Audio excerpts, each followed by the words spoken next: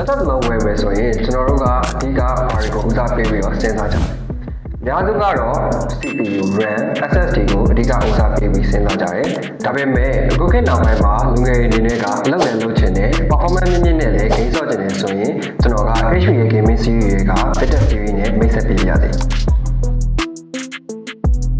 ဒီ Vintage Series မှာဆိုရင် CPU က i5 ကနေပြီးတော့ AI ချစ်ဆက်ပါတဲ့ CPU ကြီးအသုံးပြုပေးကြတဲ့အပြင် graphic အနေနဲ့ဆိုရင်လည်း dedicated ကိုမှ RTX 2050ကနေပြီးတော့အထက်ကိုအသုံးပြုပေးကြတာကြောင့်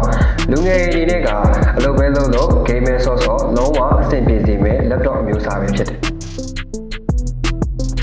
ဒါအပြင် panel တွေကလည်း Full HD IPS panel သုံးပေးထားပြီး refresh rate က 144Hz ကနေပါတာဆိုတော့သုံးရတဲ့အခါမှာလုံးဝစူးဖြစ်တယ်လို့ခံစားရသည်။ဒီ laptop series မှာဆိုရင် RAM နဲ့ SSD ကလိုအပ်ရင်လိုအပ်သလို upgrade လုပ်လို့ရတဲ့အပြင် fan ကလည်းဂျိုးရပါတာဖြစ်တဲ့အတွက် cooling fan system ဘိုင်းမှာလည်းစိတ်ချရတဲ့ laptop series တစ်ခုပဲဖြစ်တယ်။ခြုံငုံပြီးပြောရမယ်ဆိုရင်တော့ဒီ laptop series က graphic နဲ့ပတ်သက်ပြီးအလုပ်လုပ်နေတဲ့ user တွေ